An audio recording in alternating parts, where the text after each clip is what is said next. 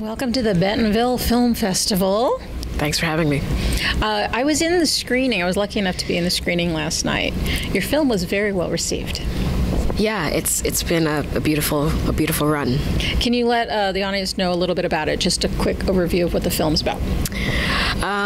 Unidentified Objects is kind of a quirky road trip film that pits this little person who's kind of grieving at the loss of a friend, and his upstairs neighbor who convinces him to go on this road trip because she is convinced that she has a rendezvous with an alien abduction. You know, and it sounds kind of quirky and kooky off the surface, but it is, I think, a beautiful love letter to grief and finding your place in the world, and it's a nod to anyone really who has felt othered and sidelined in their lives, and to let them know that they do have a place, and they do have a belonging in this world.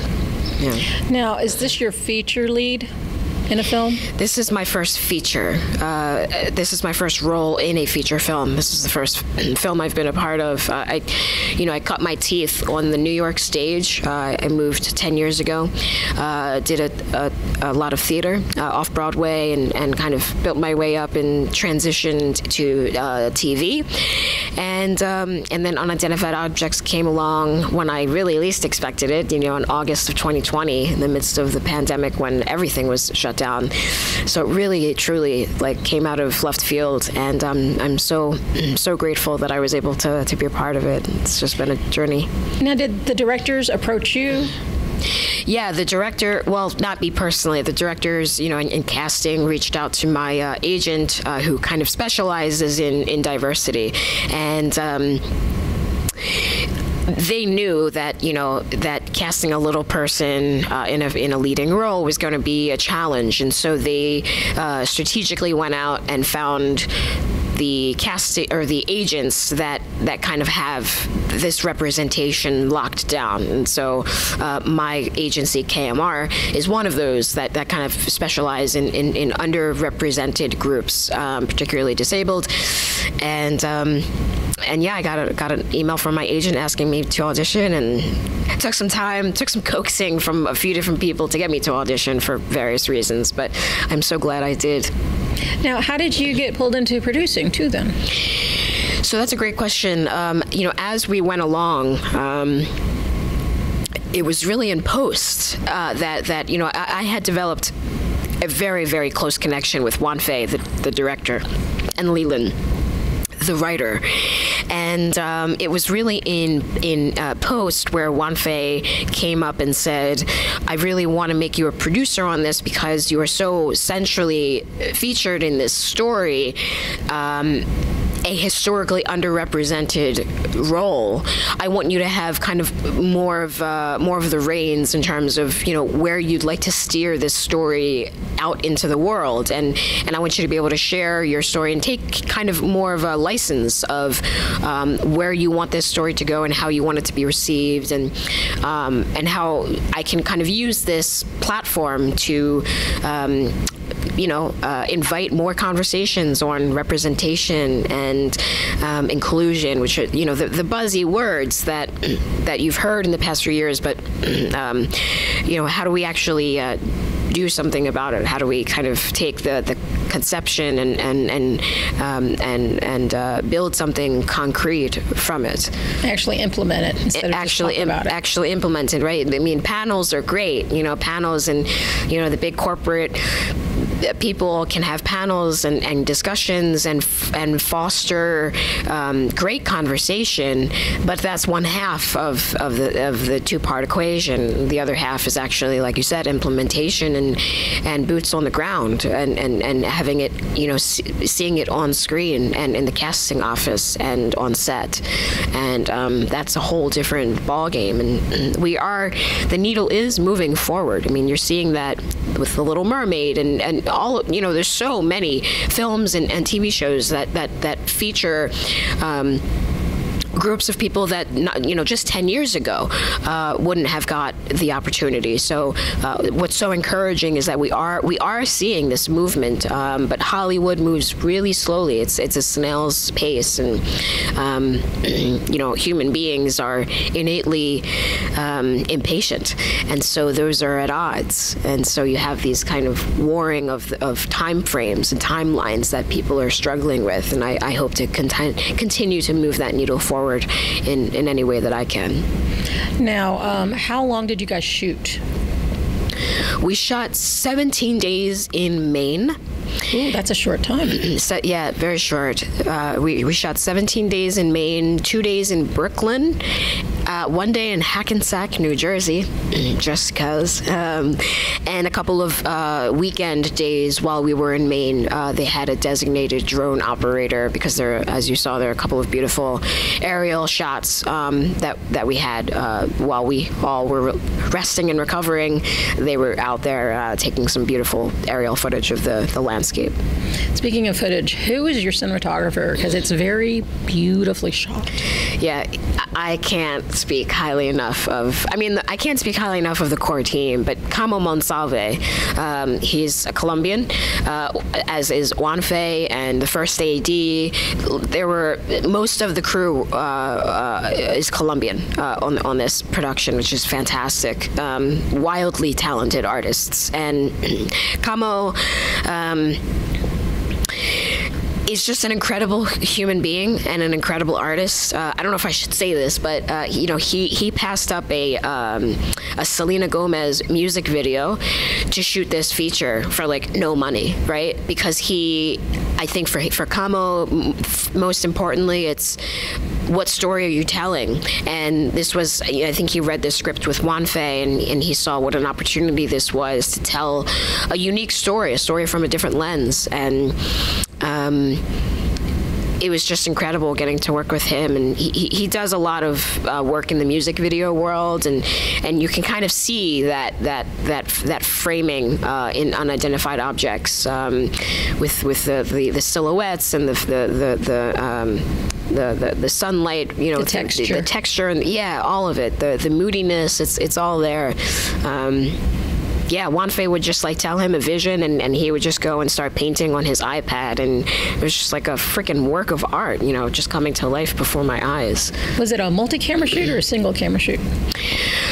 It was a single camera. I believe it was a single camera. I think we had two cameras. I think one was kind of a backup. Definitely. We shot one camera. We shot with Panavision. So Camo and our producer Juan Sebastian, he also has footing in the music video world and has very close ties with Panavision. And Panavision, because of COVID, they were closed. Their offices were closed, and so they had all of these incredible lenses. And Juanfe knew that he wanted to shoot with anamorphic to kind of give this kind of immediacy and intimacy while creating this kind of dreamscape, which is what anamorphic does really well. And so Panavision gifted us the T series, which is really, really, really short. Typically anamorphic lenses are large. Yeah. So the T series are really small. So it gave Juanfe and Camo the opportunity to frame up really tight, in the back of the car, right, to get you really, so Juanfe wanted the camera right here on front in Winona or Peter, which allowed this feeling of Y tu mama tambien, right? This you're just in the back seat with these people going on this journey. So it's very docu-style in some way, where you feel like you're just in the seat next to them. Yeah, there's a scene, because I want everybody to see this and I won't give it away, but I was wondering how they got that shot, because you're in the back seat and there's this object between you two. Yeah. And I was like, how did they get this shot? Yeah. It's Camo. When you have the vision of Camo and the technical prowess of an anamorphic T from Panavision, you can make magic, really, and that's what it's all about. Well, you can tell the cinematographer loved you.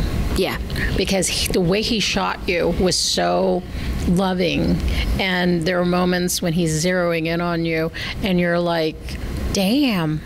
You know, your eyes, I mean, I don't know if it'll pop here unless you look directly in the camera, but in the film, your eyes are just like, you know, so soulful, and you were able to see all the pain and stuff that you're dealing with. Kamo and I developed I mentioned in the Q&A yesterday the big word trust, right? To me, that's the big word on set as a storyteller is trust. And the day or 2 days before we started principal shooting, Kamo and I just we stayed on this fishing lodge in Maine. It's beautiful, heavenly location, and we just walked on this bridge and sat down and got to know each other, and we're very vulnerable and open and honest. Why did we get into this field? What do we hope to tell? What stories do we want to tell? What are our fears? You know, what are our dreams? Like, you know, we really opened up our hearts to each other, because as an actor, you know, what the person closest to you is the camera operator, is the cinematographer. It's not the director is hiding in Video Village, right? And, and your scene partner is kind of over there in many ways. And so if you're able to build up, like you said, to build up this intimacy and trust with Kamo, as I did with the cinematographer, it's like therapy. You know, it becomes like this therapy session where it's this give and take. And I mentioned the word yesterday of dancing. It's this choreographed dance, and sometimes it's improv and you're not sure where you're going to go, but sometimes it's highly technical and blocked out, and like a pivotal scene I can't talk about. Yeah, like a pivotal. Didn't you say it was done in one take? It was done in one take, and because of the claustrophobic nature of that setting, we had to. There was no improv there. We had to know exactly where I was and where Kamo would be when, you know, this beat happened and then that beat happened. But it was beautiful getting to dance with him. It showed. It was just gorgeous. And he's a great dancer. Is he? Oh my God, we had this like, I'm so envious of him. We had this like little rap party at Juan Fei's apartment, and there was just salsa music, and I was just watching Winona Sarah and Kamo like dancing. He's an incredible, like how suave he is with his camera movements, right? Like that's how he moves in real life. Oh wow. And I think that's actually like what probably, I mean, I don't know anything about cinematography, but that's probably what makes a great cinematographer. Like if you move well with your body, if you know how to move your body and tell a story with your body, then you're going to know how to tell a story with the camera. Because like it's just an extension of an arm, really, right? Yes. So he's just amazing. I'm shooting a short with him and Juan Fei and Leland, the core group, in Colombia next month, actually. Oh, fly to Colombia to shoot a short film. Have you worked out of the country before? No, I haven't. I'm very excited. Awesome. I've always wanted to go to Colombia, so it's a perfect opportunity. I hear it's beautiful. Yeah. Now, your co-star, I'd never seen her before. Where does she come from? Sarah had a bit of a breakout role on a Stars series about 7-ish years ago called Flesh and Bone, which she was nominated for a Golden Globe Award and a Saturn Award, which she won. She is a world-class ballet dancer. That was her upbringing was in ballet, and was in Black Swan, and kind of came up and kind of pivoted into acting, and she's done a number of features, that obviously Flesh and Bone, and but I mean, if she was sitting here, her and I are very close as well. I'm in love with her. She would tell you that Unidentified Objects was the highlight of her career so far, because it just, like, for me, it gave us the opportunity to really play and like fall in love with the story that we're telling, you know? Well, it's interesting because you come from a theatrical background, and when I saw the film, I thought this could be a play because of the location. You know, you're in one place a lot, and then you're in another. And it just added an intimacy, I guess is the best way I can put it. Because a lot of times I've seen some films where it's a road film. Usually they're just comedies. Mm-hmm. They're crazy comedies or extremely sad. You guys had a good mix of heavy and light. Yeah, I did come from the theater, but so did Leland, the screenwriter. And that's probably what you're hearing and seeing, right? This guy's like, oh, this could be staged. Like with a couple of modifications, this could easily be off Broadway. Or Broadway, why not? But Leland, that was kind of the dance, and Leland and Wanfei are creative partners. They've been working for over 8 years on scripts, and Wanfei comes from particular specific filmic background, and Leland's background is more in theater, and it read like a play. I mean, there was much more dialogue on the page in those early drafts of Unidentified Objects, and Wanfei was the one who was like, okay, we have to trim a lot of fat. There was just too much fat on the script to make it into feel cinematic, and that was hard for Leland because it's hard to kill your darlings, but it was a give and take, and like there was one, like the Lola and Sadie scene, right? The car. That was like 9 pages of dialogue. I mean, we had to figure out like what was the essence of that scene, right? What was the core thesis of that scene, and we went from there. But he does have a theater background, and his love, his love is Chekhov. That's his favorite playwright, and so that's why Chekhov was so infused in the story. Very much Chekhovian in a lot of his writing. Well, one of the things I wanted, because it's so hard to interview without giving away much, because I want people to see this. I do realize it is available right now. It does have a release right now, right? Yes, it's on VOD for the next, I think, 60 to 90 days on Amazon Prime and Apple TV. A couple of others, YouTube, but Amazon Prime and Apple TV are the prominent ones. We had a theatrical release earlier in June in New York, and have played a couple of theater at the Alamo Draft House. We've played around the country, so it's been just an incredible ride. But it is streamable now, and then hopefully, after the 90 days, we'll find a permanent streamer. Okay, but it qualifies for awards, is what I'm hoping. I think that's kind of the goal. The Indie Spirit Awards would be lovely, obviously, for this film. But we're trying. We're trying. Well, I love seeing a real independent film. And this is as real as you're going to get. I mean, you guys had a tight budget. You had a short turnaround to get it done. But the production value is stunning. I just loved, like I said, the cinematography was great. Your performance didn't suck either. Thank you.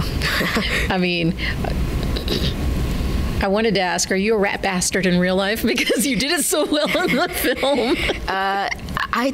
No, I don't think I am. I'm very fortunate to have beautiful friends and family. I feel very supported and loved.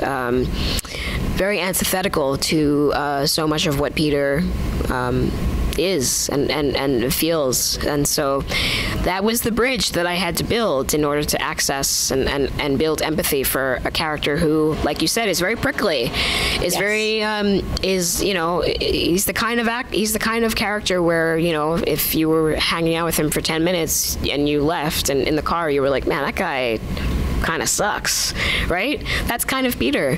But I think what I alluded to in the Q&A is that hurt people are coming from a place of hurt, and I think the larger conversation is like, how do we build empathy for people who we find on surface level to be repulsive in some way, right? That we have this kind of allergic reaction to another human being, and why that is, right? Why? I just there's this divide, there's this crevice, this fissure between humanity right now. I mean, it's always been that way, but I'm alive right now, and so I see it, firsthand. And I hate that feeling. I hate the feeling of how humans can alienate others and make others feel so low. And I think that's, where Peter was coming from. He has been made to feel so small in this world. But I think what's great is that bar scene, right, in particular, shows the capacity for how loving he can be if given this chance, right? If he feels reciprocated, if that love feels reciprocated, then suddenly it blossoms into this really beautiful human being, right? It's like this dried up sponge that, if given some life, if given some water, suddenly becomes this